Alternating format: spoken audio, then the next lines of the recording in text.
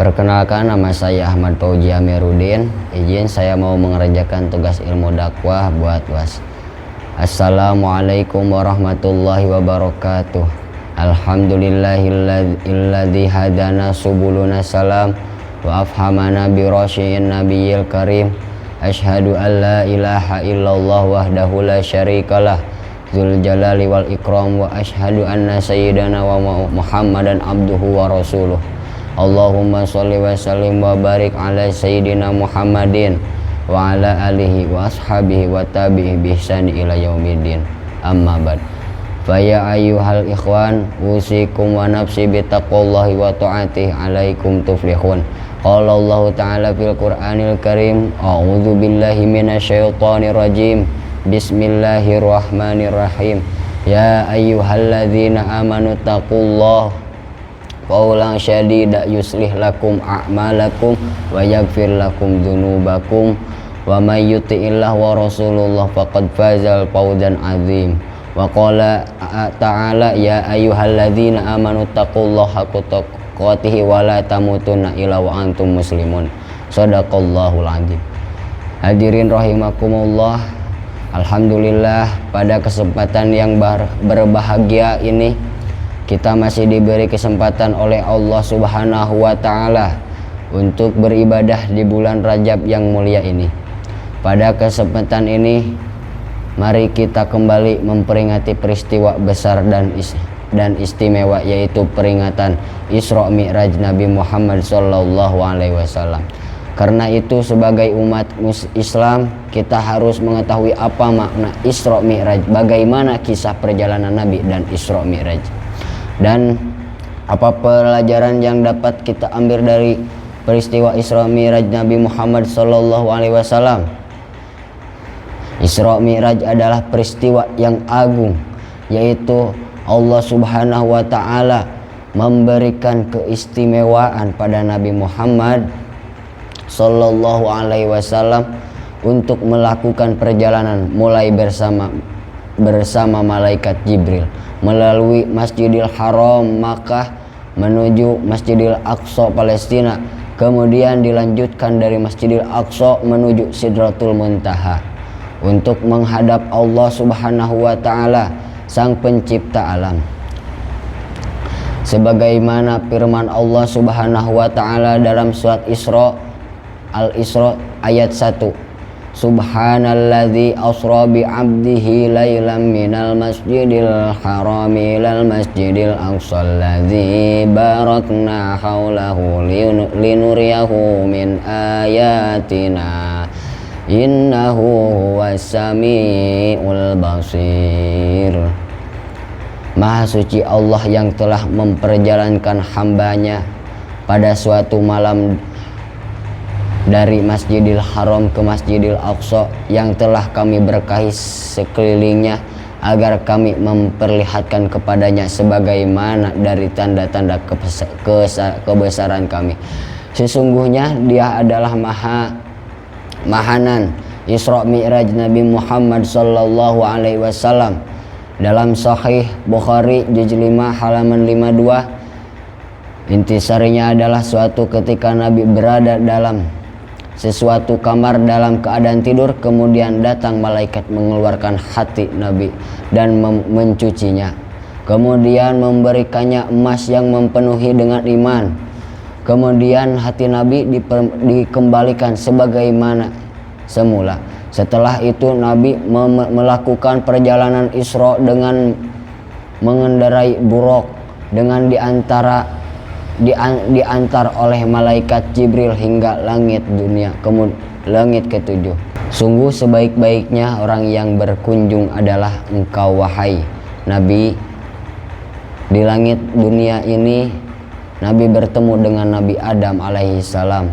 Jibril menunjukkan bahwa Nabi Adam adalah bapa dari para nabi. Jibril memohon kepada Nabi Muhammad untuk mengucapkan salam kepada Nabi Adam. Nabi Muhammad mengucapkan salam kepada Nabi Adam alaihissalam. Sebaliknya Nabi Adam juga membalas salam kepada Nabi Muhammad. Perjalanan dilanjutkan menuju langit kedua. Di sini Nabi bertemu dengan Nabi Yahya dan Nabi Isa. Di langit ketiga Nabi Muhammad bertemu dengan Nabi Yusuf alaihi salam. Di langit keempat Nabi Muhammad bertemu dengan Nabi Idris. Di langit kelima Nabi Muhammad bertemu dengan Nabi Harun alaihi salam.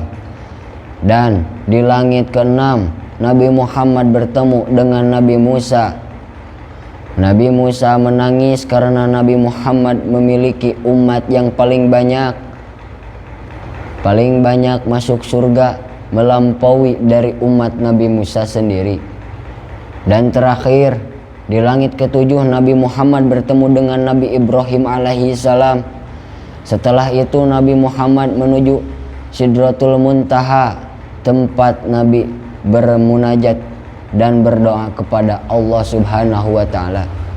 Kemudian Nabi naik menuju Baitul Maqmur, setelah yaitu Baitullah di langit ketujuh yang arahnya lurus dengan Ka'bah di atas bumi.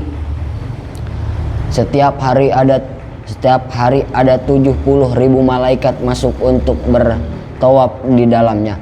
Kemudian Nabi disuguhi dengan arak, susu dan madu. Nabi Muhammad kemudian mengambil susu. Jibril mengatakan, susu adalah lambang dari kemurnian dan fitrah yang menjadi ciri khas Nabi Muhammad SAW. Di Baitul Maqmur Nabi Muhammad bertemu dengan Allah Subhanahu wa taala. Allah wajibkan kepada Nabi untuk melaksanakan sholat fardu sebanyak 50 rakaat setiap hari. Nabi menerima dan kemudian kembali pulang. Dalam perjalanan Nabi Muhammad SAW bertemu dengan Nabi Musa alaihi salam. Nabi Musa mengingatkan bahwa umat Nabi Muhammad tidak akan mampu dengan perintah sholat 50 kali sehari. Nabi Musa mengatakan, umatku telah membuktikannya, lalu meminta kepada Nabi Muhammad untuk kembali kepada Allah Subhanahu wa taala, memohon keringanan untuk umatku. Kemudian Nabi menghadap kepada Allah, menjadikan sholat 10 kali. Kemudian Nabi Muhammad kembali kepada Nabi Musa, dan Nabi Musa mengingatkan kembali sebagaimana yang pertama. Kembali lagi Nabi Muhammad menghadap Allah hingga 2 kali, dan akhirnya Allah mewajibkan sholat 5 waktu. Nabi Muhammad kembali kepada Nabi Musa. Nabi Musa tetap mengatakan bahwa umatmu tidak akan kuat, wahai Nabi Muhammad.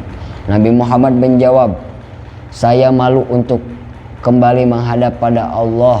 Saya ridho dan pasrah kepada Allah.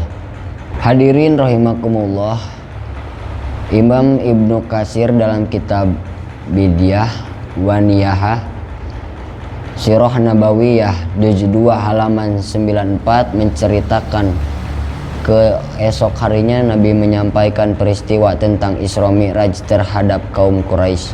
Mayoritas orang Quraisy ingkar terhadap kisah yang disampaikan Nabi Muhammad. Bahkan sebagai kaum muslimin ada yang kembali murtad karena tidak percaya terhadap kisah yang disampaikan Nabi. Melihat hal tersebut, Abu Bakar bergegas untuk membenarkan kisah Isra Mi'raj Nabi. Beliau mengatakan, sesungguhnya aku percaya terhadap berita dari langit. Lalu apa pelajaran yang dapat kita ambil dari peringatan Isra Mi'raj? Ali Muhammad Syalabi dalam Sirah Nabawiyah juz 1 halaman 209 menjelaskan, pertama, Isra Mi'raj adalah kemuliaan dan keistimewaan dari Allah kepada hambanya tercinta Nabi Muhammad sallallahu alaihi wasallam. Nabi baru saja mengalami hal yang amat menyedihkan, yaitu wafatnya Dewi Khadijah sebagai istri tercinta yang selalu mengorbankan jiwa, tenaga, pikiran dan hartanya demi perjuangan Nabi. serta wafatnya paman tercinta yaitu Abu Thalib yang selalu melindungi Nabi dari kekejaman kaum Quraisy. Allah ingin menguatkan hati Nabi dan melihat secara langsung sehingga hati Nabi semakin teguh dalam menyebarkan agama Islam. Subhanallah, memberikan pelajaran kepada kita bahwa siapapun yang berjuang di jalan Allah dan menegakkan agama seperti dengan memakmurkan masjid, memakmurkan majelis zikir dan tahlil, Allah akan memberikan kebahagiaan dan keistimewaan baginya. Kedua, kewajiban menjalankan sholat 5 waktu bagi setiap muslim.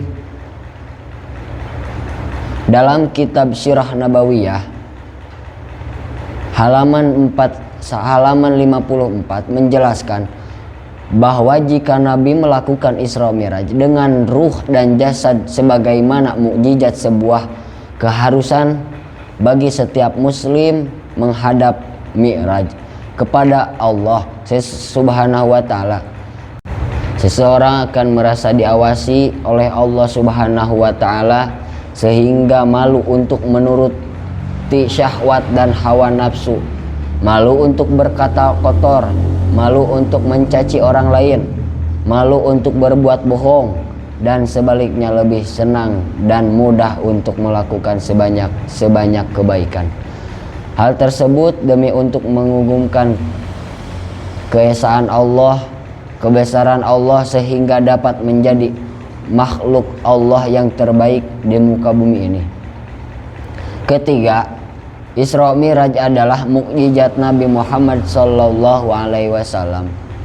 Dengan perjalanan beliau dari Masjidil Aqsa menuju Sidratul Muntaha, dalam sejarah itu adalah perjalanan pertama manusia di dunia menuju luar angkasa dan kembali menuju bumi dengan selamat. Jika hal ini terjadi di zaman Nabi 1400 tahun yang lalu, hal tersebut memberikan pelajaran bagi umat Islam agar mandiri, belajar, berangkit dan meningkatkan kemampuan tidak hanya dalam masalah agama, sosial, politik, dan ekonomi, namun juga harus melek terhadap sains dan teknologi. Perjalanan menuju keluar angkasa adalah sains dan teknologi tingkat tinggi yang menjadi salah satu tolak ukur kemajuan sebuah umat dan bangsa. Keempat, dalam perjalanan Isra Mi'raj terhadap penyambutan 2 masjid umat Islam, yaitu Masjidil Haram dan Masjidil Aqsa, hal tersebut memberikan pelajaran bagi kita bahwa Masjidil Aqsa adalah bagian dari tempat suci umat Islam. Membela Masjidil Aqsa dan sekelilingnya sama saja dengan membela agama Islam. Wajib bagi tiap muslim sesuatu dengan kemampuan masing-masing untuk selalu berjuang dan berkorban untuk memerdekakan dan keselamatan Masjidil Aqsa, baik dengan diplomasi, politik, bantuan, maupun dengan harta. Semoga kita selalu menjadi umat yang selalu mengambil hikmah dan dari peristiwa Isra Mi'raj ini dan mengamalkannya dengan sebaik-baiknya. Allahumma amin. Demikianlah yang saya dapat sampaikan, mudah-mudahan ada manfaatnya. Wabillahi taufiq wal hidayah. Wassalamualaikum warahmatullahi wabarakatuh.